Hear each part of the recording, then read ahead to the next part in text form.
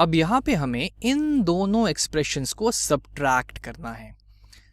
16x plus 14 तो as it is हम लिख सकते हैं क्योंकि इसके आगे कुछ नहीं है, और इनफैक्ट हमें ब्रैकेट्स भी लिखने की ज़रूरत नहीं है। तो ये हो जाएगा हमारा 16x प्लस 14। अब आते हैं हम राइट हैंड साइड वाले एक्सप्रेशन पे।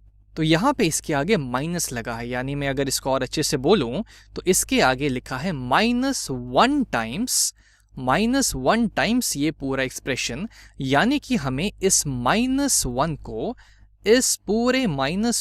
इस पूरे एक्सप्रेशन पे डिस्ट्रीब्यूट करना होगा।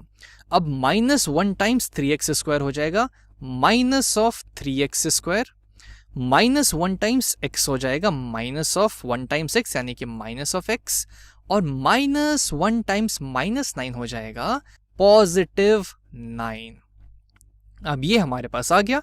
अब हम वही चीज करते हैं कि हम लाइक टर्म्स को कंबाइन करते हैं और फिर इसे सिंप्लीफाई कर देते हैं।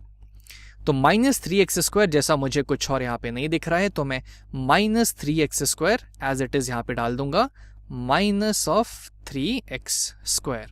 फिर है हमारा 16x और है यहाँ पे -x, जो कि एक जैसे हैं क्योंकि इनका वेरिएबल पार्ट सेम है। तो 16 times of something -1 times of same thing मुझे दे देगा 16 - 1। इनके कोफिशिएंट्स को मैं घटा दूंगा, तो 16 - 1 हो जाएगा 15। तो यहाँ आ जाएगा +15 टाइम्स सेम थिंग यानी कि x। और फाइनली है 14 + 9। 14 + 9 हो जाएगा 14 + 10 - 1, यानी 14 + 10 होगा 24। 24 - 1 हो जाएगा 23 +23।